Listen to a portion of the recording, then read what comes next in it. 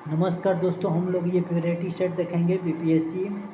ये PGT, TGT और state और जूनियर के लिए सभी के लिए महत्वपूर्ण हो सकता है। तो चलिए हम अपने क्वेश्चन की चलते हैं। बस एक क्वेश्चन ये छोटा रूप में दिखाई देगा, उसके बाद से सभी बड़ा रूप में दिखाई देगा, क्योंकि अगर इसको हम बड़ा कर रहे हैं तो और ऑप्शन ये हट जा रहा है। तो हम चलते हैं अपने क्वेश्चन 71 नंबर क्वेश्चन से 150 नंबर क्वेश्चन, 80 नंबर का ये क्वेश्चन होगा।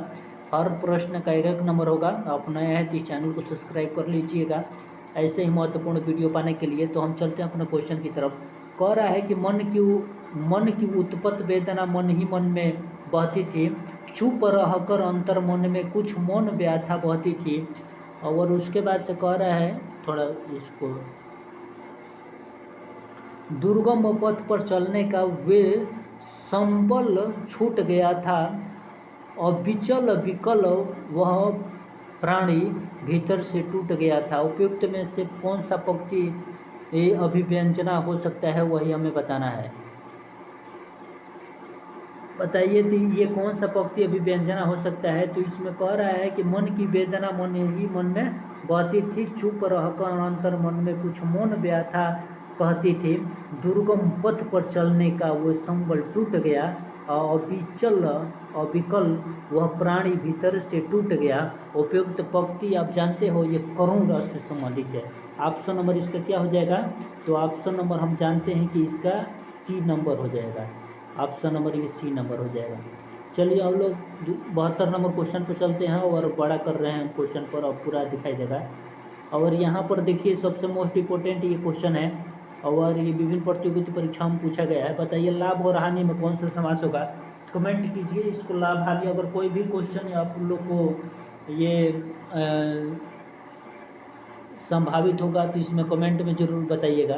तो लाभ हानि में हम लोग जानते हैं कि द्वंद्व समास होगा। इसमें द्वंद्व समास अगर दिखाई नहीं दे रहा है तो ऑप्शन नंबर हम लोग किस पर जाएंगे, ऑप्शन नंबर ये ई पर जाएंगे। तो ये कौन सा हो जाएगा, ऑप्शन नंबर ये हो जाएगा। लाभ और हानि में कौन सा समास हो जाएगा, तो ये द्वंद्व समास हो जाएगा। कह रहा है कि अन्वेषण, अन्वेषण का संधि विक्षेप क्या हो जाएगा। बताइए अन्वेषण का संधि विक्षेप क्या हो जाएगा। तो हम लोग जानते हैं कि अन्वेषण का संधि विक्षेप होता है अणु प्लस ए क्षण, अणु प्लस ए क्षण होता है। हम जानते हैं कि इसका संधि विक्षेप क्या हो जाएगा, अणु प्लस ए क्षण हो जाएगा। इसमें से कोई नहीं है तो ऑप्शन नंबर किस पर जाएंगे, ऑप्शन नंबर ई पर जाएंगे, अणु प्लस ए क्षण हो जाएगा। उसके बाद से यहाँ पर आगे चलेंगे। क्वेश्चन निम्न में से कौन सा शब्द जातिवाचक संज्ञा है। तो बताइए जातिवाचक संज्ञा कौन है। बालक क्या होता है, बालक जातिवाचक संज्ञा के अंतर्गत आएगा। ये 74 नंबर क्वेश्चन का क्या हो जाएगा। 74 नंबर क्वेश्चन का हम लोग जानते हैं कि ये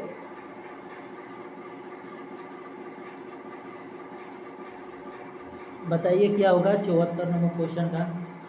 जातिवाचक संज्ञा जवान, बालक और मनुष्य, गाय, कोयला, भूकंप, वर्षा, दावत आदि, इन सभी शब्दों में जातिवाचक संज्ञा का बोध हुआ है। जवान, जवान ये जातिवाचक संज्ञा है। सुंदर जातिवाचक, यहाँ पर जवान जातिवाचक संज्ञा। ऑप्शन नंबर इसमें दिया है, सभी दिया है।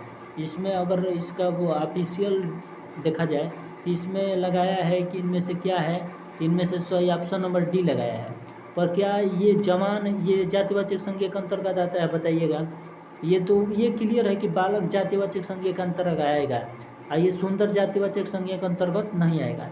तो क्या जवान ये, या ऑप्शन ये बताइएगा कि ये ऑप्शन नंबर ये बताइए कि जवान ये जातिवाचक संज्ञा का अंतर्गत आएगा।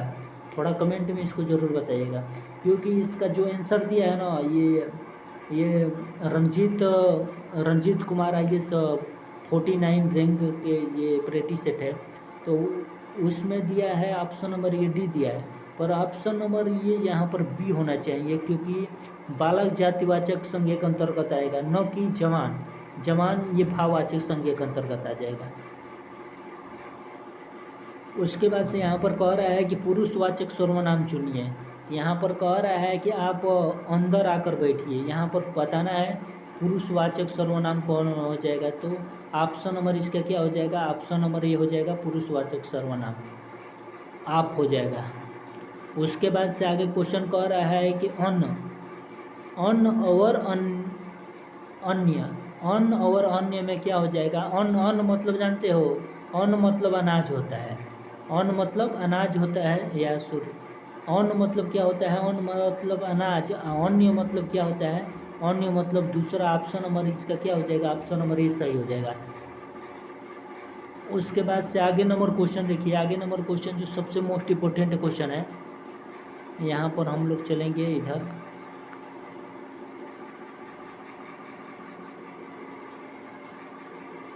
थोड़ा सा छोटा कर रहे हैं सभी दिखाई देने के लिए। इसमें से देखिए कह रहा है कि इस प्रश्न में स्वर, यहाँ पर प्रश्न में क्या कह रहा है, इस प्रश्न में स्वर, स्वर या मात्राओं की दृष्टि से शब्दों को अशुद्ध रूप में लिया गया है।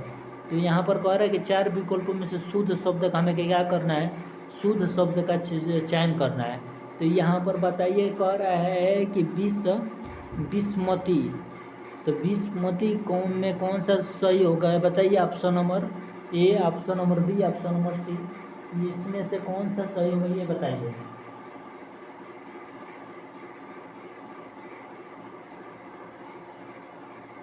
यहाँ पर बिस्मती ये सभी गलत है, ए से लेकर और सी तक ये सभी गलत है। बिस्मती क्या होता है, यहाँ पर लिखेंगे तो विस्मृति,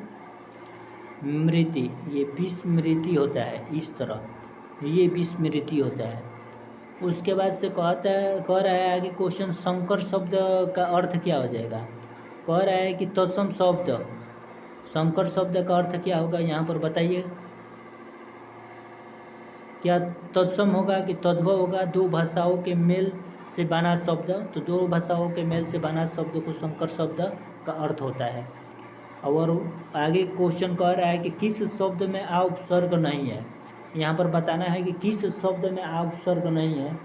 तो आजन्म, आजन्म में आ उपसर्ग है, जन्म में क्या है, आजन्म में आ उपसर्ग है।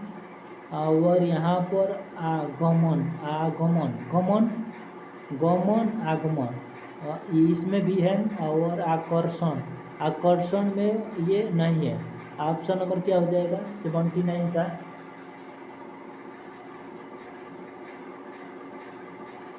सभी, ये कर्षण, ये सभी में आ उपसर्ग है, इसमें भी आ है, इसमें भी आ होगा। ऑप्शन नंबर क्या हो जाएगा, ऑप्शन नंबर ये हो जाएगा, ये सभी में आ उपसर्ग है। आज जन्म, आगमन और आकर्षण सभी में उपसर्ग है।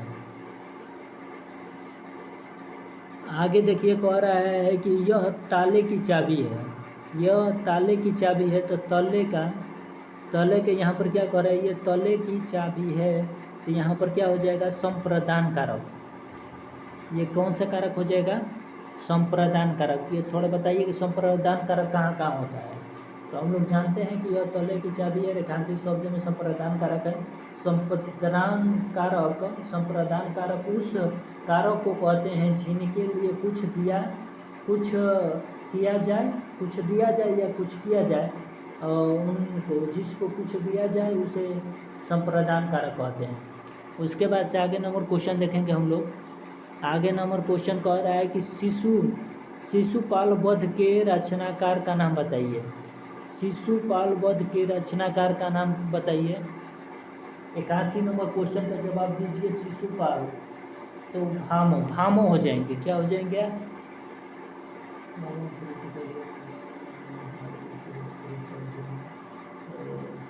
यहाँ पर जो कह रहा है ना कि भामह कृति किसका है, तो कव्य अलंकार है। ये कव्य अलंकार किसका है, यहाँ पर देखिए 1 मिनट, भामह की कृति का क्या नाम है, तो कव्य अलंकार, काव्य अलंकार। तो भामह कृति का क्या नाम है, कव्य अलंकार है।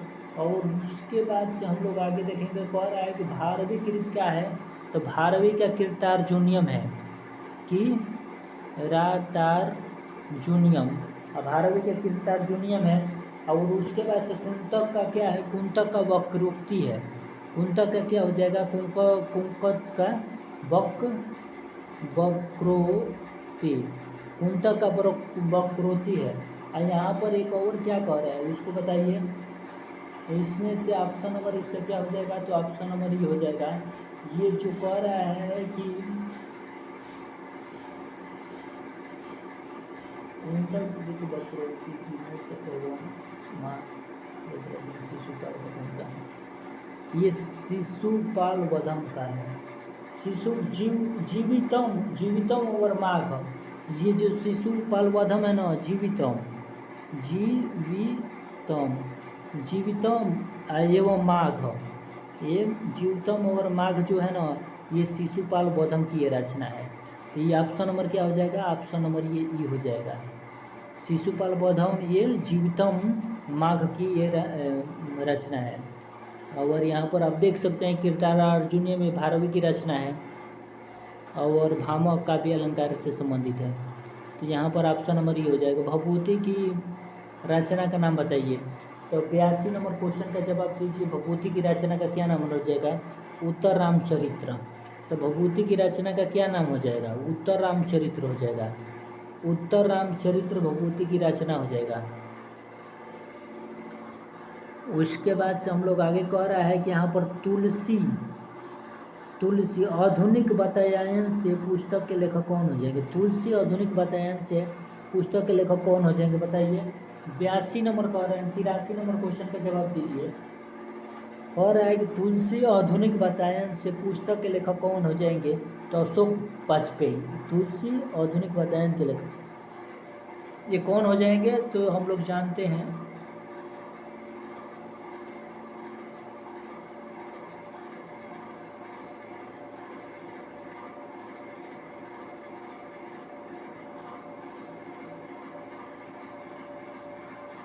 कह रहा है कि मरेसी मोहि कुंठाव एवं कछुआ धर्म निबंध के लेखक कौन है?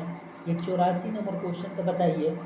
84 नंबर क्वेश्चन का कह रहा है कि मरेसी मोहि कुंठाव एवं कछुआ धर्म निबंध के लेखक कौन हो जाएंगे? तो ये चंद्रधर शर्मा गुलेरी हो जाएंगे। कौन हो जाएंगे? ये चंद्रधर शर्मा गुलेरी हो जाएंगे। ऑप्शन नंबर क्या हो जाएगा? ऑप्शन नंबर इसका सी हो जाएगा। उसके बाद से यहाँ पर कह रहा है कि हिंदी की प्रसिद्ध कहानी कसाईवाड़ा के लेखक कौन है? तो हिंदी की प्रसिद्ध कहानी कसाईवाड़ा के लेखक कौन है? तो ये बताइए। शिव मूर्ति है। कौन है? कि ये कौन है? कि ये शिव मूर्ति है। कसाईवाड़ा के लेखक कौन है? यहाँ से देख लीजिए थोड़ा। ये शिव मूर्ति है कसाईवाड़ा के लेखक। उसके बाद से कह रहा है कि मंगलेश टबराल की रचना है। यहाँ तुम बताइए मंगलेश टबराल की रचना का क्या नाम है? तो ये पहाड़ पर लालटेन, ये मंगलेश टबराल की ये रचना है। और ये बताइए कविता के तीसरी आंख के रचनाकार कौन है? कविता के तीसरी आंख के रचनाकार कौन है? तीसरी आंख कौन हो जाएंगे? प्रभाकर स्रोतीय। ये कविता की तीसरी आंख प्रभाकर स्रोतीय हो जाएंगे। और उसके बाद से कह रहा है कि प्रेम वाटिका नामक ग्रंथ रचित है। तो प्रेम वाटिका नामक ग्रंथ रचित है रसखान द्वारा, रहीम द्वारा और नंददास द्वारा। प्रेम वाटिका नामक ग्रंथ रचित है रसखान, रहीमदास और नंददास। प्रेम वाटिका को रसखान की कृति है।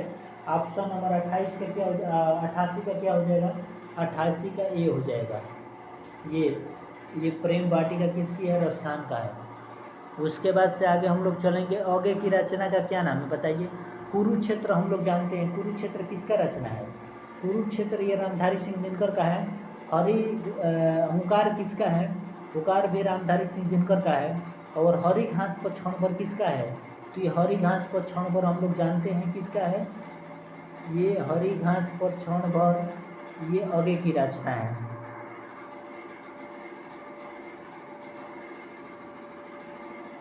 हरी घास पर क्षण भर। यहाँ पर क्वेश्चन ये सबसे मोस्ट इम्पोर्टेंट क्वेश्चन है। कह रहा है कि मैं उस जनपद का कवि हूँ। काव्य रचना किस कवि की है? मैं उस जनपद का कवि हूँ। काव्य रचना किस कवि का है बताइए। मैं उस जनपद का कवि हूँ। काव्य किस कवि की रचना है बता सकते हैं? बताइए।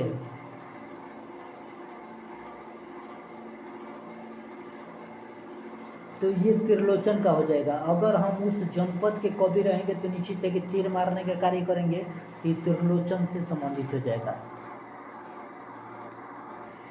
यहाँ पर हम लोग का ये क्वेश्चन कह रहा है 91 नंबर क्वेश्चन देखिए, कह रहा है कि इनमें से कौन सा समूह आचार्य रामचंद्र शुक्ल की रचनाओं को दर्शाता है। तो कह रहा है कि कल्प वृक्ष, पृथ्वी पुत्र और भारत की एकता और मातृभूमि। और दूसरा का नंबर कह रहा है कि हिंदी साहित्य का इतिहास, चिंतामणि और रस मीमांसा और त्रिवेणी। तो हिंदी साहित्य का इतिहास ये रामचंद्र शुक्ल से संबंधित है, चिंतामणि ये भी रामचंद्र शुक्ल से संबंधित है, और उसके बाद से कह रहा है कि रस मीमांसा और त्रिवेणी ये रामचंद्र शुक्ल से संबंधित है। तो ये वाला जितने ऑप्शन नंबर बी वाला सही हो जाएगा। हिंदी साहित्य का इतिहास, चिंतामणि और रस मीमांसा और त्रिवेणी ये रामचंद्र शुक्ल की रचना है। उसके बाद से आगे क्वेश्चन कह रहा है, आगे क्वेश्चन क्या कह रहा है इसके देखिए, कह रहा है कि छायावाद की पहली रचना मानी जाती है। तो ये छायावाद की रचना, आप लोग को छायावाद के कवियों के बारे में मालूम होना चाहिए। जयशंकर प्रसाद, महादेवी वर्मा और महादेवी वर्मा, जयशंकर प्रसाद, सुमित्रानंद पंत, ये सभी रामधारी सिंह दिनकर, ये सभी किसके अंतर्गत आते हैं? तो छायावादी कवि के अंतर्गत आते हैं। पंत भी छायावादी कवि के अंतर्गत आते हैं। यहाँ पर कह रहा है कि छायावादी की पहली रचना मानी जाती है। छायावाद की पहली रचना कौन सी मानी जाती है? ये 92 नंबर क्वेश्चन का हमें जवाब देना है। बताइए 92 नंबर क्वेश्चन का हम लोग जानते हैं कि ऑप्शन नंबर इसका क्या हो जाएगा? ऑप्शन नंबर ये सी हो जाएगा। ये झरना क्या हो जाएगा? झरना हो जाएगा।